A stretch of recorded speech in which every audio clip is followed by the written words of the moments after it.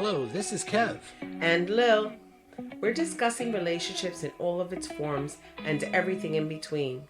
We've been together close to 30 years. We've seen some things together and apart.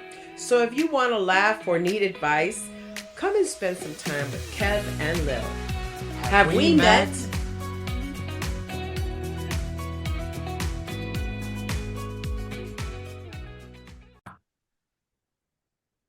Okay. All right, go ahead. Hello, everyone.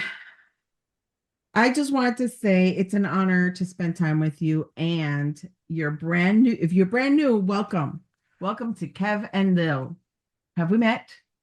Today's episode is divorce, and we have a guest with us for, I guess, for anonymity. I would like to be Anonymity? Yes. Well, Let's I mean, say it's up our to her. If guest. she wants to certainly give her name, we can just give her first name. Do you want us to give your first name, or we could just use an initial? We could say D. We'll go with D. Okay, D. there you go. Okay, so our guest is D, and she is going to be talking to us about divorce.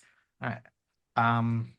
I just want to preface that with saying how we know her. It's funny because she actually was one of my closest friends. She was married to a very close friend of mine. And he sort of well, let's just say he's not around anymore. But we kept in touch with her.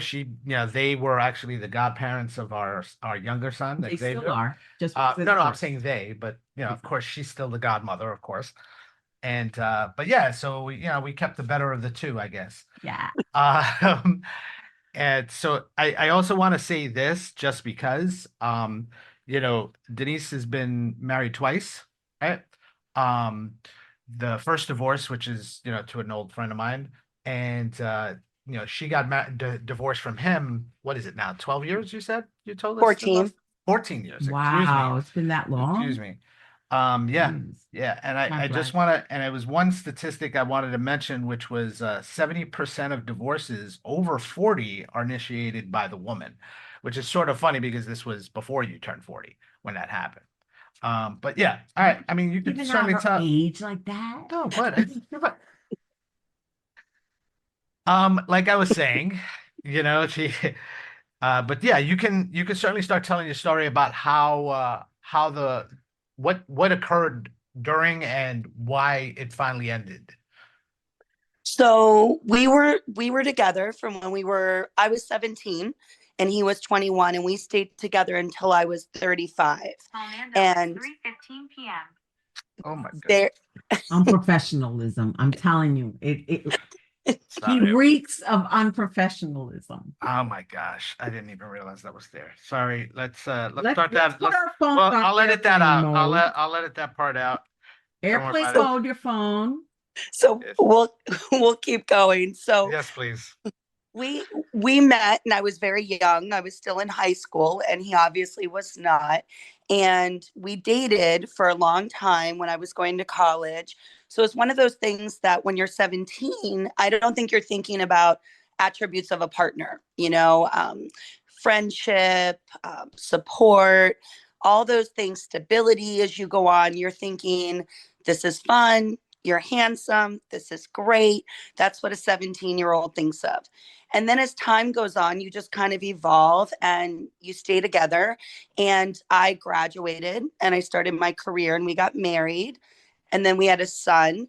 And I think as things started going on, what our issue really was is that he was a bit jealous, or I would say, use the word a little protective, is what I thought when I was young. I would say very jealous as I got older. And the real catalyst for it was I had a colleague that had worked with me, and we were working on a project for my graduate degree, and he had called to work on the project. And my ex asked him if he was effing his wife, which, just for the record, I've never kissed another boy from the time I was 17 till 35. So it was really in left field. And we tried to work on it, and he just was not willing to kind of work on it, go to therapy. And I was a mom. I was dealing with some health issues. I was getting my graduate degree. And I think what I decided was I need a partner, not a project. And in therapy, I didn't premeditate it. It just came up and I said, I'm just ready to move on. How Yeah. long, if you don't mind me asking, how long from the point, like how long did it take you to decide, okay, I'm done? We probably worked on things. I probably was done, and I think I read that a lot before he was done or aware. And I was one of those ride or die kind of wives and girlfriends. And I honestly didn't think that I would be divorced. I grew up Catholic, and you stayed married and you worked through it.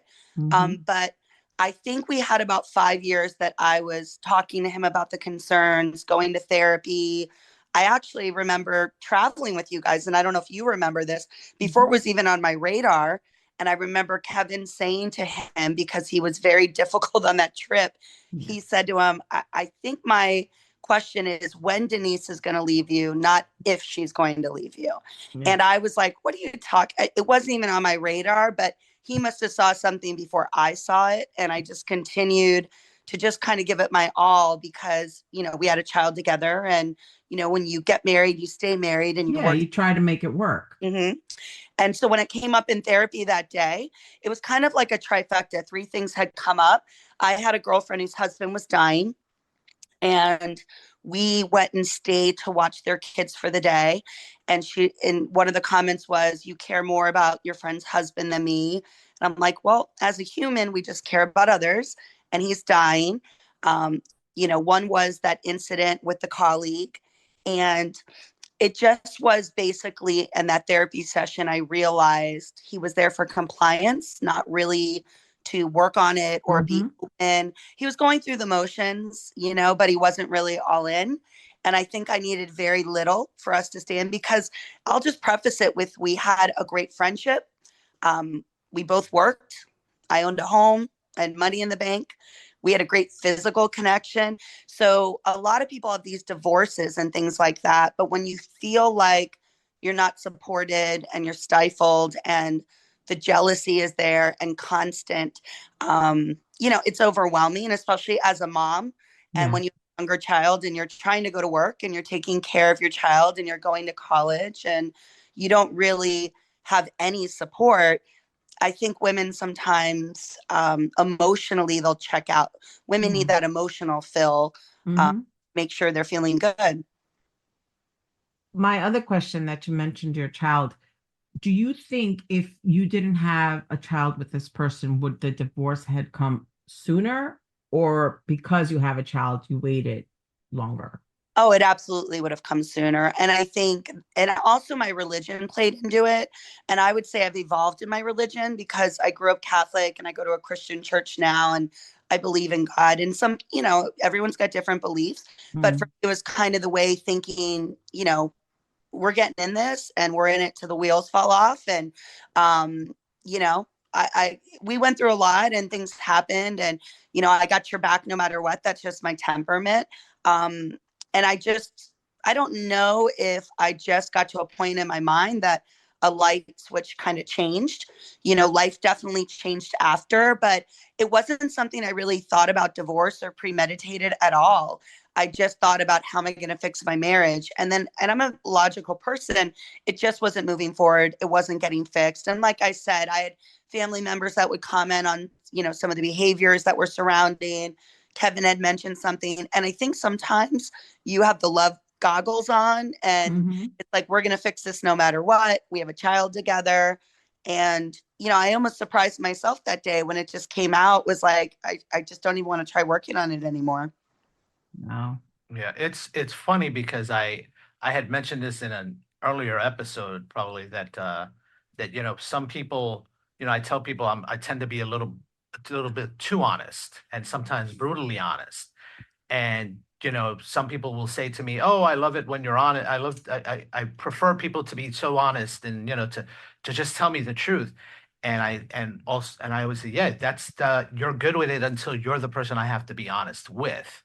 And I remember having that conversation with him, and he said, "No, no, no, that'll never happen. That'll never happen." I said, "Yeah, because I know at some point you're going to cut me off, because at some point I'm going to say something that you really don't want to hear or you're not ready to hear. And for me, I'd rather you tell me. I mean, I'm that friend. I'm like, it's gonna hurt, it's gonna suck. Maybe I'll even be mad at you Mm. just because, but then I'll step back and I go, crap, maybe I did need to hear it.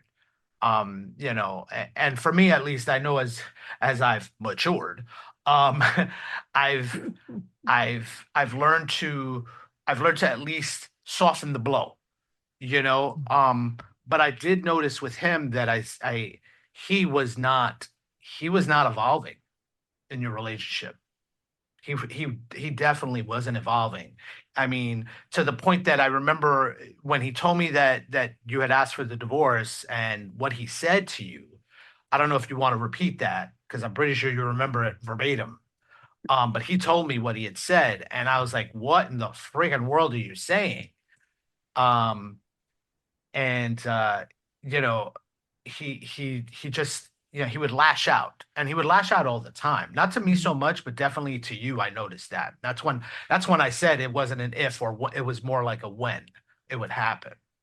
And I think with him, when you love somebody and you meet somebody so young, and I'm an optimist. If you've got 10% good, I'm going to see that. And what I always say now and what I say to my son is, I'm looking for my partner, not a project. And, what is a healthy relationship? You're fully whole, they're fully whole, and you only add to each other's lives. Like, I don't need you financially. I don't need you to do something for me. We just coexist beautifully, and we're there because we want to. And, I there was a lot that I added and did for our son, for our home. I was advancing. And, I understood some of the battles, and everybody has traumas when we grow up. And I think, I'm a big believer too in self help and personal development and therapy and reading. And how do you get better, right? Because Mhm. we don't choose the life we're given, but we determine how we're going to play the hand we're dealt, right? And one thing I'm not is, it's not a victim. And, I made that choice. And I will say, I so loved him. Even when I divorced him, I loved him. So that was a hard thing to do, to divorce somebody that you love. But I Yeah. really kind of understood how his childhood made him feel like he wasn't worthy of this good life, of this settled life. And he was really angry a lot. And I remember going to therapy, and they had said there was an assessment about different types of anger, and there was multiple types of anger, which I didn't even know was a thing. I just thought you're angry. And Mm. he had tested, he had every single one. That was one of the things that had come up. Wow. And I think I had also become very immune to his lashing out, his fits, if you will. I just kept my eye on the prize, right? Like raising my son, doing a protective bubble, going to work, getting my degree, and just kind of persevering like we're going to fix this until, my logic had to set in. And I just don't think this is, salvageable. You need two people that are in the game working. And I can be down and he could be down, but somebody's got to we each got to kind of put one foot ahead. And he definitely, I don't want to say he didn't want to, because I definitely felt like he didn't want to lose his family.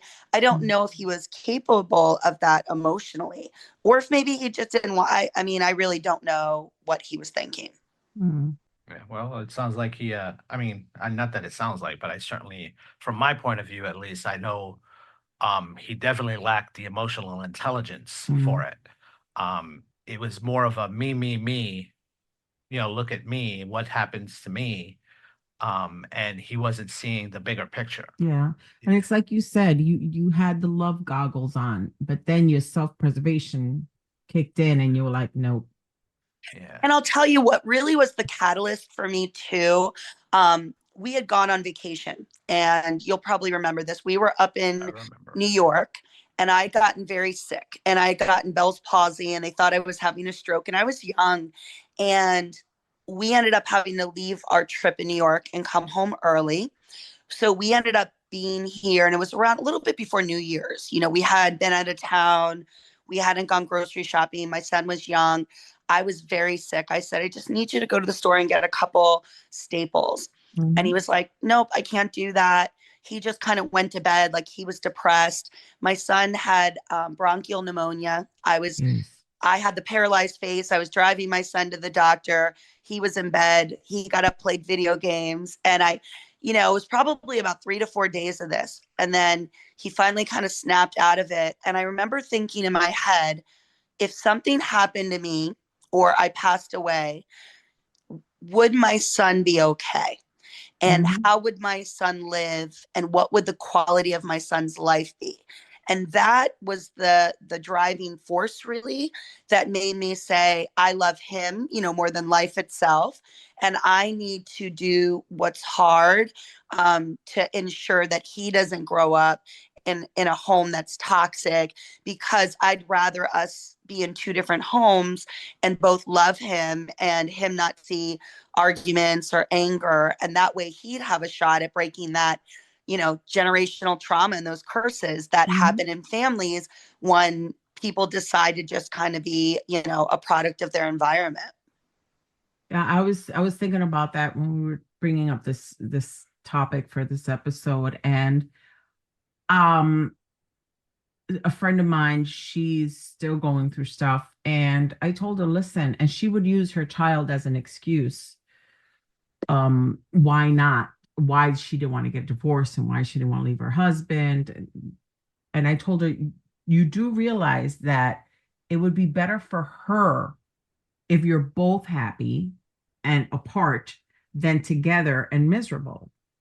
It's not good for her for the future. And unfortunately, she's still with the guy, and the daughter just left, and she like doesn't even want to deal with the situation. Mhm. And she even told her, "You could go, we could leave. It's When over." she became an adult, Yeah, and then when when she she went became to a college, she teenager, goes, "Listen, don't yeah. use me as an excuse." Because even the daughter knew. She goes, "Don't use me as an excuse. Leave. I'm good. I'm okay."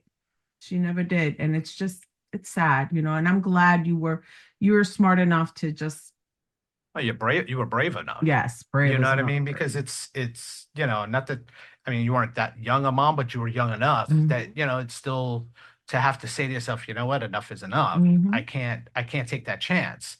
And just so everyone knows, it's, I haven't seen your son lately, but I have spoken to him a couple times online, just to check in with him, especially lately. Great I've job, done it. mom. It's awesome. And I mean, the kid, and I call him a kid only because, for me, he's still the kid. He's only a year older than ours. And, but you could already see the maturity is already developed. Mhm. You could already see that he's like, nope, not in a rush to get into a relationship. I'm good. I need to get things settled for myself first. And clearly he's gotten that from you. Yeah. At least now, and he's seen certain things that have happened in the past, and he's like, nope, I don't want that right now. Mhm. Not that I never want it, I just don't want it now. Yeah. And I mean, you could see he's a respectful kid. He always was, at least to me, he was. Yeah. If not, I would have beaten his behind. Yeah. And, my other question I was going to ask you, when you decided to get the divorce, did you have support from like family and friends or? That's a great question. I really kind of kept quiet on a lot of things, because there were some things that he did that just really weren't nice, emotionally, financially. And even though I left him, I wanted to protect him in certain ways because that was still my son's dad. Mhm. And so I really kind of suffered in silence, if that makes sense. And I kept my nose to the grind.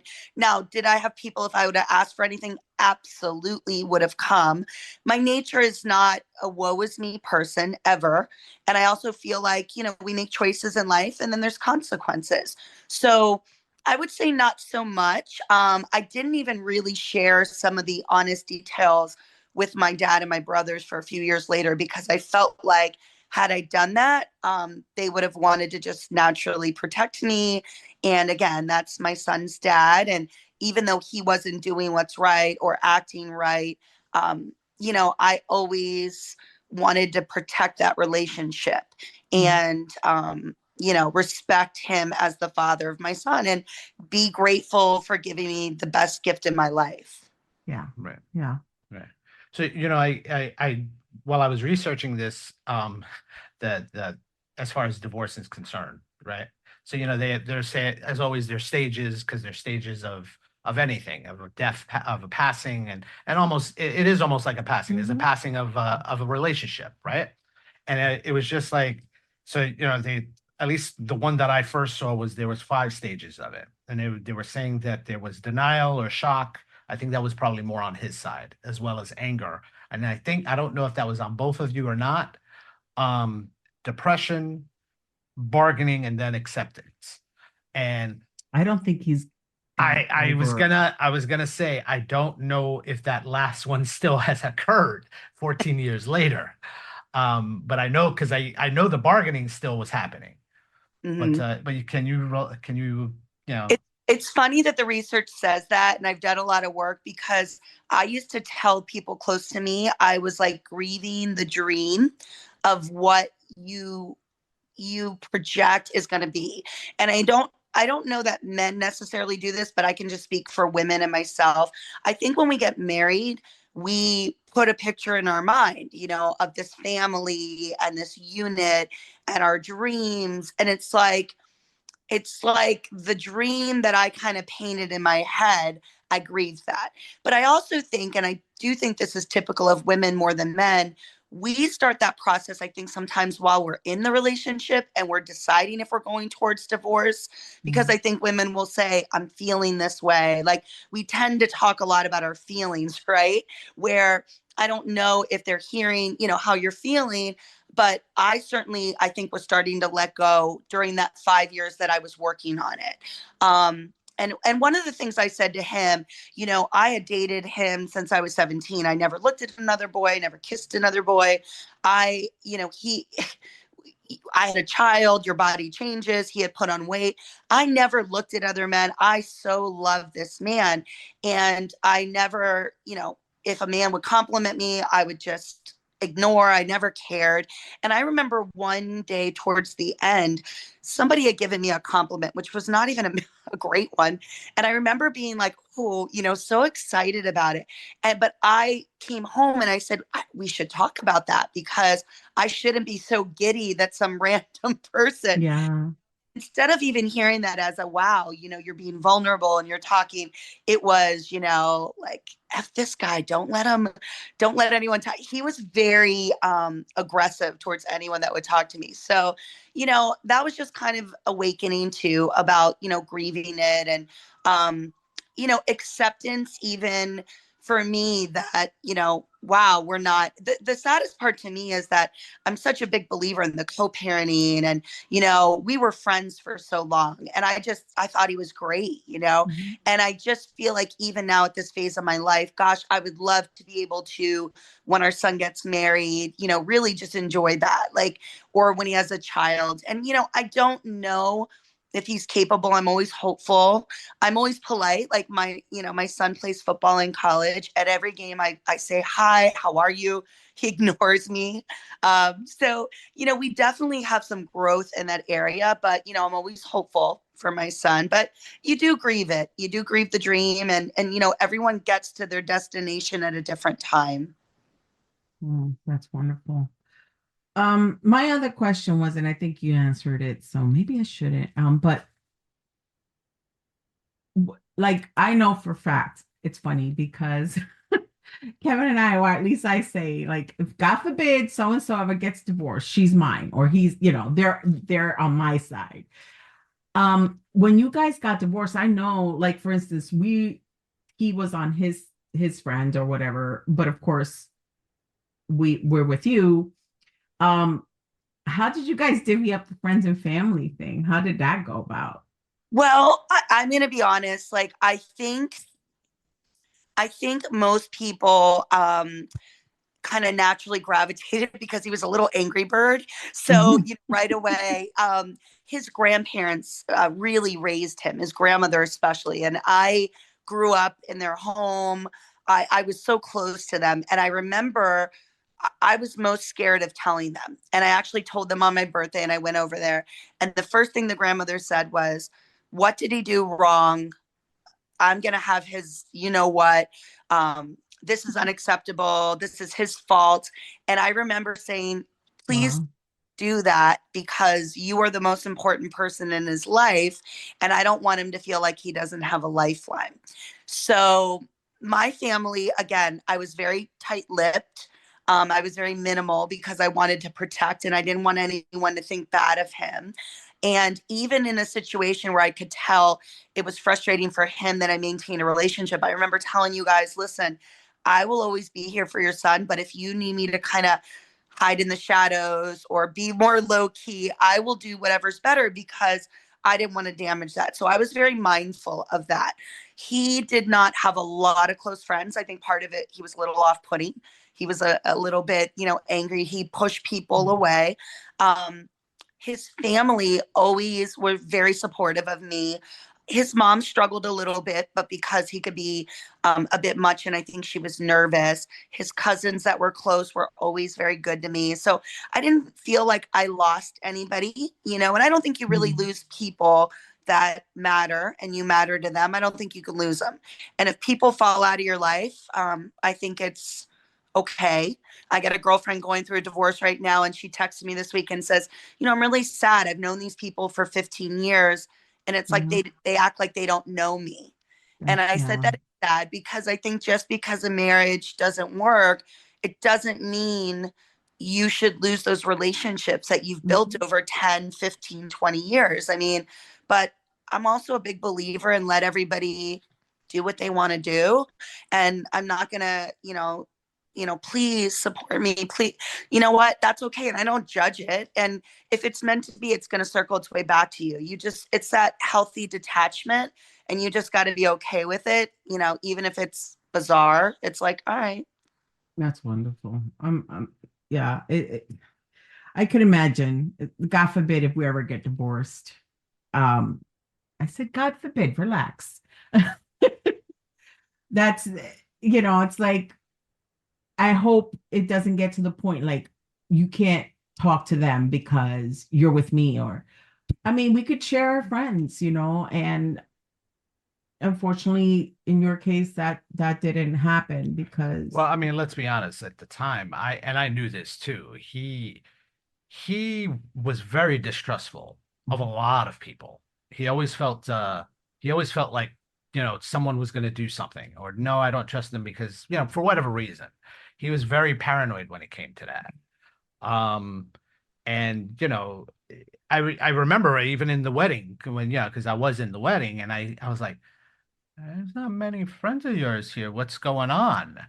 And because it was mostly your side, I want to say, other than his family. And he wasn't exactly close to his family either, other than the grandparents and sort of the mom and the cousins, because he had an uncle that, oh gosh, he just did not want to deal with. He did, Mhm. and those kids he didn't really want to deal with either.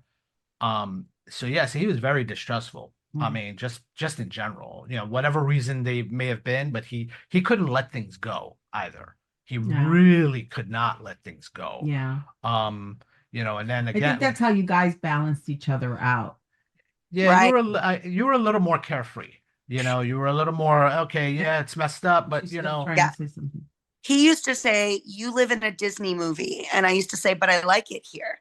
And, and I definitely gravitated towards, he had a little bit more street smarts. And, in all fairness, there was times, he'd be like, "Don't go there. They're up to no good." And I'd be like, "No, no." And then sure enough, something would go down. Or Denise, that one's having an affair. I'd be like, "Oh my God, no." And he was always right. So I do think we balanced, and I think it Hmm. really worked. And I think had he been able to evolve, I think, if we don't work through our childhood traumas, boy, we could be a slave to that. And it Yes. does impact your happiness.